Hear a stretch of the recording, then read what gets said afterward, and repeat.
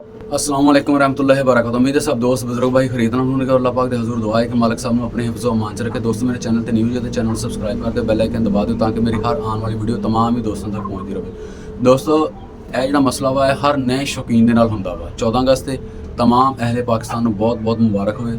Video ਸ਼ੁਰੂ ਕਰਦੇ ਹਾਂ ਔਰ ਇਹ ਜਿਹੜਾ ਵਾ ਚੂਜ਼ਿਆਂ ਦੀ ਜਾਂ ਮੁਰਗੀਆਂ 6 ਮਹੀਨੇ ਤੇ 4 ਮਹੀਨੇ ਦੇ ਗਰੋਥ ਦਾ ਰੁਕ ਜਾਣਾ ਜਾਂ ਇਸ ਤੋਂ ਥੱਲੇ, ਕਿਉਂਕਿ ਖਾਸ ਤੌਰ ਤੇ ਜਿਹੜਾ ਪਿੱਛੇ ਮੌਸਮ ਗੁਜ਼ਰਿਆ ਵਾ ਇਹਦੇ ਵਿੱਚ ਹਰ ਨਏ ਸ਼ੌਕੀਨ ਦੇ ਨਾਲ ਅਮੂਮਨ ਜਿਹੜਾ ਵਾ ਮਸਲਾ ਆ ਰਿਹਾ ਵਾ, ਕਿਉਂਕਿ ਮੌਸਮ ਬਹੁਤ ਸਖਤ ਗੁਜ਼ਰਿਆ ਵਾ ਪਿੱਛੇ ਗਰਮੀ ਦਾ। ਇਹਦੇ 'ਚ ਬਹੁਤ ਸਾਰਿਆਂ ਦੇ ਚੂਚੇ ਵੀ ਮਰੇ ਨੇ ਔਰ ਜਿਨ੍ਹਾਂ ਦੇ ਬਚ ਗਏ ਨੇ ਉਹਨਾਂ ਨਾਲ ਇਹ ਮਸਲਾ ਗਰੋਥ ਦਾ ਵੀ ਆ ਰਿਹਾ ਵਾ। ਸੋਚਿਆ ਕਿ ਇਹਦੇ ਉੱਤੇ ਇੱਕ ਛੋਟੀ ਜਿਹੀ ਵੀਡੀਓ ਬਣਾ ਕੇ ਦੋਸਤਾਂ ਨਾਲ ਸ਼ੇਅਰ ਕਰ ਦਿੱਤੀ ਜਾਵੇ ਤਾਂ ਕਿ तमाम ਨਏ ਜਿਹੜੇ ਸ਼ੌਕੀਨ ਨੇ ਉਹਨਾਂ ਲਈ ਰਹਿਨੁਮਾਈ ਦਾ ਬਾਇਸ ਬਣੇ ਔਰ ਜਿਹੜੇ ਪੁਰਾਣੇ ਨੇ ਉਹਨਾਂ ਨੂੰ ਤਾਂ ਖੈਰ ਇਲਮ ਹੁੰਦਾ ਵਾ, ਲੇਕਿਨ ਫਿਰ ਵੀ ਅਗਰ ਕਿਸੇ ਦੇ ਨਾ ਵੀ ਹੋਵੇ ਤੇ ਉਹਦੇ ਨੌਲੇਜ ਇਜ਼ਾਫਾ ਹੋ ਜਾਏਗਾ। ਉਹਨਾਂ ਨੂੰ ਖੈਰ ਪੁਰਾਣਿਆਂ ਨੂੰ ਤੇ ਹੋਰ ਵੀ ਕਈ ਬਹੁਤ ਸਾਰੇ ਫਾਰਮੂਲੇ ਹੁੰਦੇ ਨੇ ਇਹਨਾਂ ਚੀਜ਼ਾਂ ਨਾਲ, ਇੱਦਾਂ ਦੇ ਹਾਲਾਤ ਦੇ ਨਾਲ ਉਹਨਾਂ ਦਾ ਮੁਕਾਬਲਾ ਕਰਨ ਲਈ ਉਹਨਾਂ ਕੋਲ ਬਹੁਤ ਸਾਰੀਆਂ ਚੀਜ਼ਾਂ ਹੁੰਦੀਆਂ ਨੇ। ਖੈਰ ਅੱਜ ਅਸੀਂ ਸਿਰਫ ਦੋ ਅਲੱਗ-ਅਲੱਗ ਚੀਜ਼ਾਂ ਦੇ ਦੇਸੀ ਨੇ ਉਹਨਾਂ ਦਾ ਜ਼ਿਕਰ ਕਰਾਂਗੇ ਇਸ ਵੀਡੀਓ ਦੇ ਵਿੱਚ ਔਰ ਦੋਨੋਂ ਹੀ ਕਾਬਲੇ ਇਤਮਾਦ ਨੇ ਔਰ ਗਰੋਥ ਦੇ ਮੁਤਲਕ ਕਮਾਲ ਦਾ ਰਿਜ਼ਲਟ ਹੈ ਉਹਨਾਂ ਦੋਨਾਂ ਚੀਜ਼ਾਂ ਦਾ।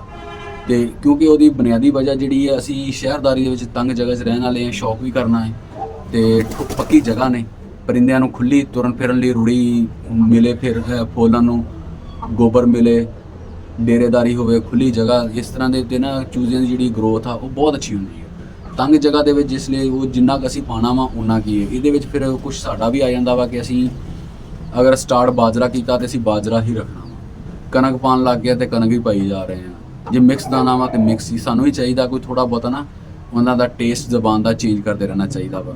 ਜਿਸ ਤਰ੍ਹਾਂ ਕਿ ਅਗਰ ਮਿਕਸ ਦਾਣਾ ਪਾ ਰਹੇ ਜੇ ਤੇ ਵਿੱਚ ਤੁਸੀਂ ਗਿੱਲੀ ਰੋਟੀ ਕਰਕੇ ਇਸਤੇਮਾਲ ਕਰਵਾਓ, ਉਹਨਾਂ ਨੂੰ ਵਿੱਚ ਆਟਾ ਮਲ ਕੇ ਉਹ ਇਸਤੇਮਾਲ ਕਰਵਾਓ, ਘਰ ਦਾ ਸਾਲਣ ਬਚ ਗਿਆ ਉਹ ਪਾਓ।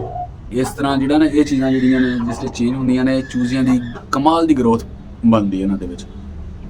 ਖਾਸ ਤੌਰ ਤੇ ਸਾਲਣ ਜਿਹੜਾ ਵਾ ਇਹ ਤੇ ਇਹਨਾਂ ਦੇ ਸਮਝ ਲਓ ਕਿ ਇੱਕ ਹਿਸਾਬ ਦਾ ਸੋਨਾ ਵਾ ਛੋਟੇ ਬੱਚਿਆਂ ਲਈ ਨਾ, ਵੱਡਿਆਂ ਨੂੰ ਵੀ ਇਸੇ ਤਰ੍ਹਾਂ ਹੀ ਹੈ ਤੇ ਛੋਟੇ ਬੱਚਿਆਂ ਨੂੰ, ਕਿਉਂਕਿ ਇਹ 'ਚ ਮਿਰਚ ਮਸਾਲਾ ਕਈ ਘਿਓ ਹਰ ਚੀਜ਼ ਵਿੱਚ ਮੁਕੰਮਲ ਸਾਲਣ ਤਿਆਰ ਹੁੰਦਾ ਵਾ। ਜਿਹੜਾ ਬਚਿਆ ਹੋਇਆ ਵਾ ਜਿੱਦਾਂ ਦਾ ਵੀ ਤੁਹਾਡੇ ਕੋਲ ਬਚਿਆ, ਜ਼ਰੂਰੀ ਨਹੀਂ ਹੈਗਾ ਕਿਹੜਾ ਹੋਵੇ, ਜਿਹੜਾ ਵੀ ਸਾਲਣ ਬਚਿਆ ਵਾ ਉਹ ਦਿਓ। ਅਗਰ ਸ਼ੋਰਬੇ ਦੇ ਵਿੱਚ ਵੀ ਹੈ ਤੇ ਤੁਸੀਂ ਉਹ 'ਚ ਰੋਟੀ ਭੇਜ ਦਿਓ, ਰੋਟੀ ਭੇਜ ਕੇ ਦੋ ਪਾ ਦਿਓ, ਆਟਾ ਮਲ ਦਿਓ, ਉਹਦੇ ਵਿੱਚ ਆਟਾ ਮਲ ਕੇ ਉਹ ਖਵਾ ਦਿਓ। ਇਹ ਜਿਹੜੀਆਂ ਚੀਜ਼ਾਂ ਨਾ ਇਹਨਾਂ ਦੇ ਪੋਟ ਨੂੰ ਫਰੈਸ਼ ਰੱਖਦੀਆਂ, ਹਾਜ਼ਮਾ ਜਿਹੜਾ ਵਾ ਅੰਤਰੀਆਂ ਦੀ ਸਫਾਈ ਹੋ ਜਾਂਦੀ ਹੈ ਔਰ ਖੁਰਾਕ ਜਿਹੜੀ ਹੈ ਫਿਰ ਚੰਗੀ ਤਰ੍ਹਾਂ ਪਰਿੰਦੇ ਨੂੰ ਲੱਗਦੀ ਹੈ। ਇਸ ਤਰ੍ਹਾਂ ਚੀਜ਼ਾਂ ਮੁਖਤਲਿਫ ਚੇਂਜ ਕਰਦੇ ਰਹਿਣਾ ਚਾਹੀਦਾ ਵਾ, ਉਹਦੇ ਨਾਲ ਜਿਹੜਾ ਵਾ ਚੂਚਿਆਂ ਦੀ ਅੱਛੀ ਗਰੋਥ ਹੁੰਦੀ ਹੈ। ਹੁਣ ਜਿਹੜੀਆਂ ਕਿ ਚੀਜ਼ਾਂ ਅਸੀਂ ਸ਼ੇਅਰ ਕਰਨੀਆਂ ਚਾਹੁੰਦੇ ਹਾਂ ਤੁਹਾਡੇ ਨਾਲ ਉਹ ਹੈਗੀਆਂ ਦੋਨਾਂ ਦੇ ਵਿੱਚੋਂ ਸਭ ਤੋਂ ਪਹਿਲੀ ਚੀਜ਼ ਤਾਂ ਇਹ ਹੈਗੀ ਹੈ ਕਿ ਬਾਜਰਾ ਲੈ ਲਓ, ਉਹਨੂੰ ਦੁੱਧ 'ਚ ਭੇਜ ਦਿਓ, ਰਾਤ ਨੂੰ ਦੁੱਧ 'ਚ ਭੇਜ ਦਿਓ, ਸਵੇਰ ਨੂੰ ਪਰਿੰਦਿਆਂ ਦੇ ਅੱਗੇ ਰੱਖੋ। ਜਿਹੜੇ ਵੀ ਤੁਹਾਡੇ ਇਸ ਤਰ੍ਹਾਂ ਦੇ ਡਿਫੈਕਟਡ ਬੱਚੇ ਹੋ ਗਏ ਆ ਜਾਂ ਥੋੜ੍ਹੇ ਵੱਡੇ ਆ ਅਤੇ ਉਹਨਾਂ ਦੀ ਗਰੋਥ ਰੁਕ ਗਈ ਹੈ ਕਿਉਂਕਿ ਪਿੱਛੇ ਮੌਸਮ ਸਖਤ ਗੁਜ਼ਰਿਆ ਵਾ, ਉਹਨਾਂ ਨੂੰ ਦਿਓ। ਦੁੱਧ ਜਿਹੜਾ ਵਾ ਗਰੋਥ ਦੇ ਮਾਮਲੇ ਵਿੱਚ ਵਿਟਾਮਿਨ ਹੁੰਦੇ ਨੇ ਵਿੱਚ, ਅਤੇ ਗਰੋਥ ਦੇ ਮਾਮਲੇ 'ਚ ਦੁੱਧ ਜਿਹੜਾ ਵਾ ਕਮਾਲ ਦਾ ਰਿਜ਼ਲਟ, ਸਭ ਦਵਾਈਆਂ ਸਭ ਕੁਛ ਨੂੰ ਪਰੇ ਕਰ ਦਿੰਦਾ ਵਾ।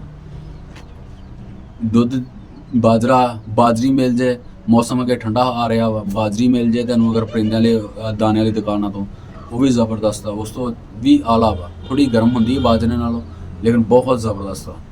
ਔਰ ਦੂਸਰੀ ਚੀਜ਼ ਜਿਹੜੀ ਹੈ ਉਹ ਹੈਗਾ ਪਨੀਰ।